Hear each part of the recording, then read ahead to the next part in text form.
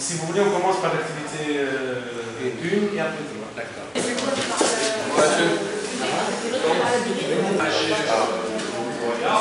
Non, c'était un cartoon master.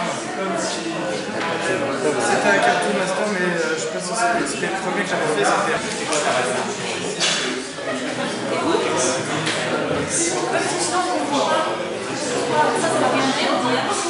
Et c'est vachement mis en avant.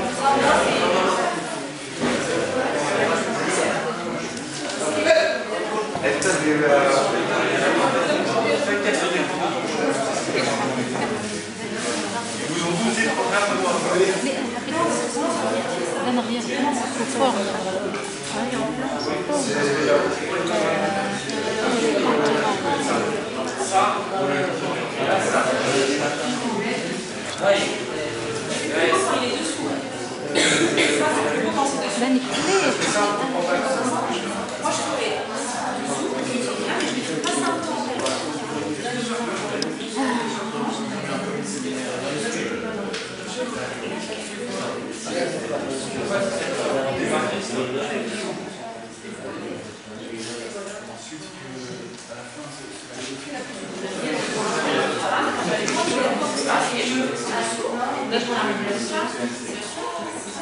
Tu m'as dit le petit bonus de terrain. Est-ce que tu as déjà lu un livre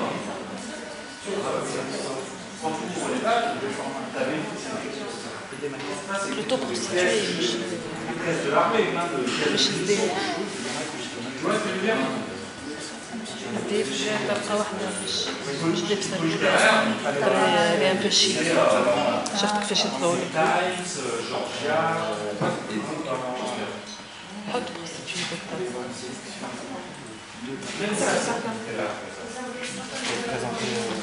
سي عبد الباسط نجموش ناخدو المود باس نتاع ريزو إزام مود باس انترنت نتاع ريزو إزام مش إزام. Oui, nous on va les partager avec tout le monde. Ouais, je pense qu'il y en a qui vont aller au bout. Là aujourd'hui on n'a pas fait de théorie parce que c'est le dernier jour et que demain on veut qu'ils présentent tous, demain matin, en fin de matinée. Donc ils ont des dossiers qui font 25-30 pages. Donc on va leur laisser 20 minutes à chacun à peu près. Donc comme il y a 8 groupes. Mais sinon non, tous les matins on a fait de la théorie. Ouais. 1 heure, 1 heure et demie. On a 8 groupes d'étudiants, c'est des binômes.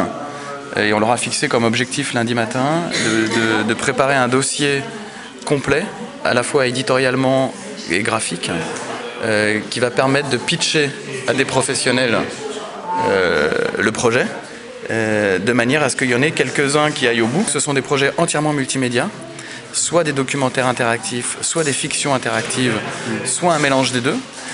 Ça peut être des projets linéaires, ça peut être des projets non linéaires. Il y a tous les formats possibles. Ils peuvent juste créer un objet multimédia.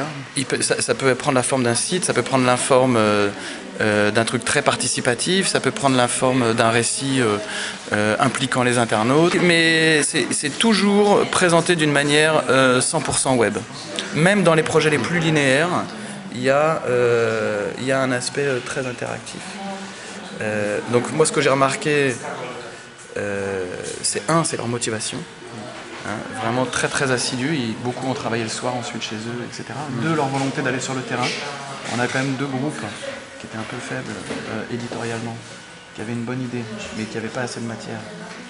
1 sur les mendiants. Hier ils ont été interviewés des mendiants dans la rue, ils ont pris des photos. Et là je pense que pour eux c'est un exercice très très dur, y compris parce que finalement on leur demande de jouer plusieurs casquettes. On leur demande de jouer la casquette du producteur, la casquette de l'auteur, la casquette du graphiste.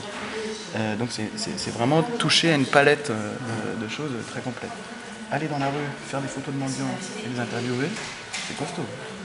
Et elles aussi, hier, elles ont réussi, elles ont un sujet sur très très beau sujet, sur une femme prostituée, SDF, et elles veulent raconter comment cette femme a vécu la Révolution, et notamment parce que quand on est SDF, qu'on est prostitué, quand il y a le couvre-feu, qu'est-ce qu'on devient? Alors que tout le monde est installé dans son foyer à regarder la télévision, les gens qui n'ont pas de logement, qu'est-ce qui se passe?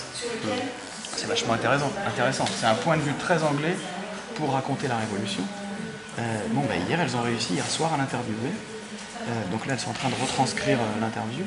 Parce que c'est ça qui manquait. Il y avait une très bonne idée. Maintenant, c'est pas suffisant. Dans un dossier, il faut il faut qu'on soit capable de dire, dans le film, on a première séquence c'est ça, deuxième séquence c'est ça, etc. Donc ça, ceux qui ont été sur le terrain, je suis vraiment content. Ensuite, on a des projets beaucoup plus légers, parce que mendiants, prostituées, c'est un peu dur. Alors, on a beaucoup de projets sur la Révolution, ça c'est certain. Beaucoup de projets qui jouent sur le avant-après, qui jouent sur donc, un mélange de documentaire et de fiction. On va se servir, on va se projeter dans le futur pour raconter le passé.